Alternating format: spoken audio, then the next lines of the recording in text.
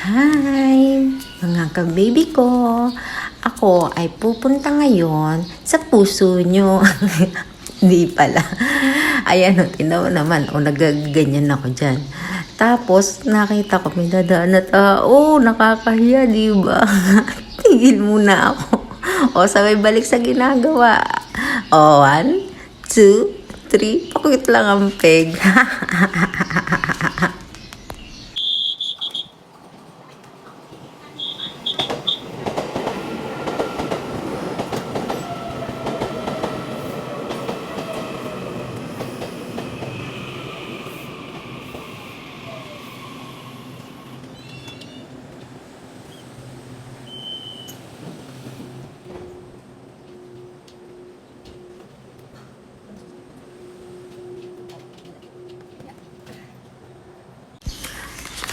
Ayan, nag-selfie pa ang loka.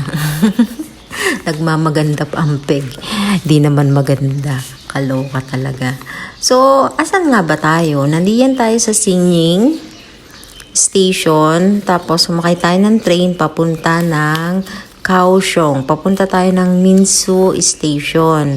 Ngayon, pagpunta natin ng Minsu, anong gagawin natin doon? Tatambay? Hindi.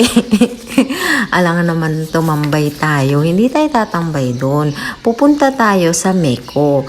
Ang Meko na tinatawag dito sa Taiwan ay yung kuhanan ng mga papers, ng mga kung ano-ano ng mga Pilipino. So, ang ibig sabihin yan ay Manila Economy and Cultural Office. Yan yung mga kuhaan ng passport na pwede ka doon magbumoto pag araw ng botohan. Pwede ka doon kumuha ng OEC, mag-update ng mga SSS, at saka doon ka magbabayad ng OWA mo. So, yun yung mga kaganapan sa Meko. So, ngayon, pupunta ako dyan para sa OEC. Pero, ang takaw ko, naman, grabe, no? Gutom ang peg. Kasi, ako, umalis sa bahay nang hindi nag-aalmusal. Kaya ngayon, double purpose na ginawa ko. Diyan na ako nag-almusal. So, ngayon, wala akong pakialam sa mga taong nakatingin sa akin. Basta gutom ako, kain lang ng kain. Jayo. So, yun. Maiba na naman tayo. Walang jo. Kaya tayo pupunta ng Meko kasi kukuha tayo ng OEC.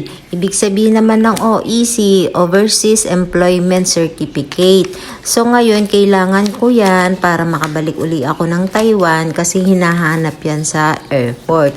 Once na wala ako niyan, di hindi na ako makakabalik ng Taiwan. So, ganon. Pag magbabakasyon, di ba? Ang daming kailangan gawin. Pwedeng umuwi lang naman. Bakit ang dami-daming dapat gawin? Hindi ba pwedeng makita mo lang ang pamilya mo kaya gusto mong umuwi? Oh, parang nag-iinarte na ako nun. So, yun na nga. Nandito na ako sa Minsu.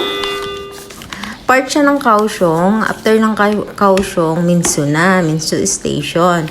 So, ayan, ang dami ko pang dyan, ang daming lakarin, masyadong mahaba.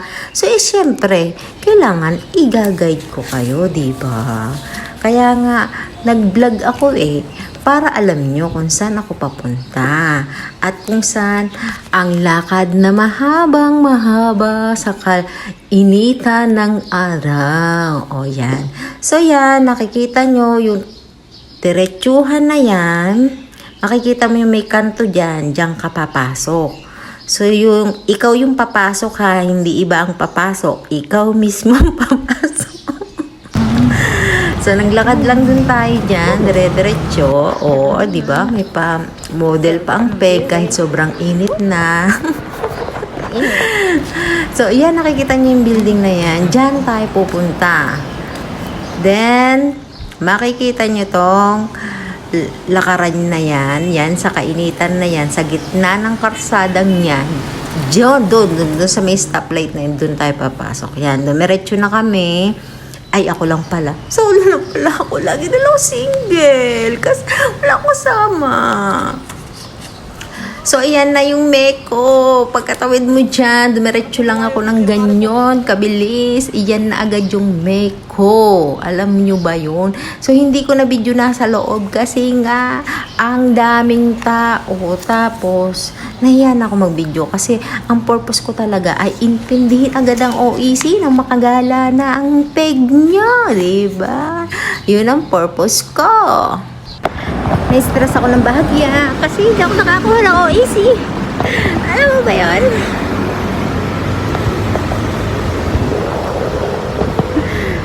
Nakakaiyak yun.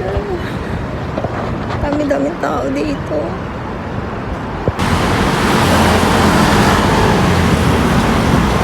Dami-daming tao. Ako lang hindi nakakuha ng OEC.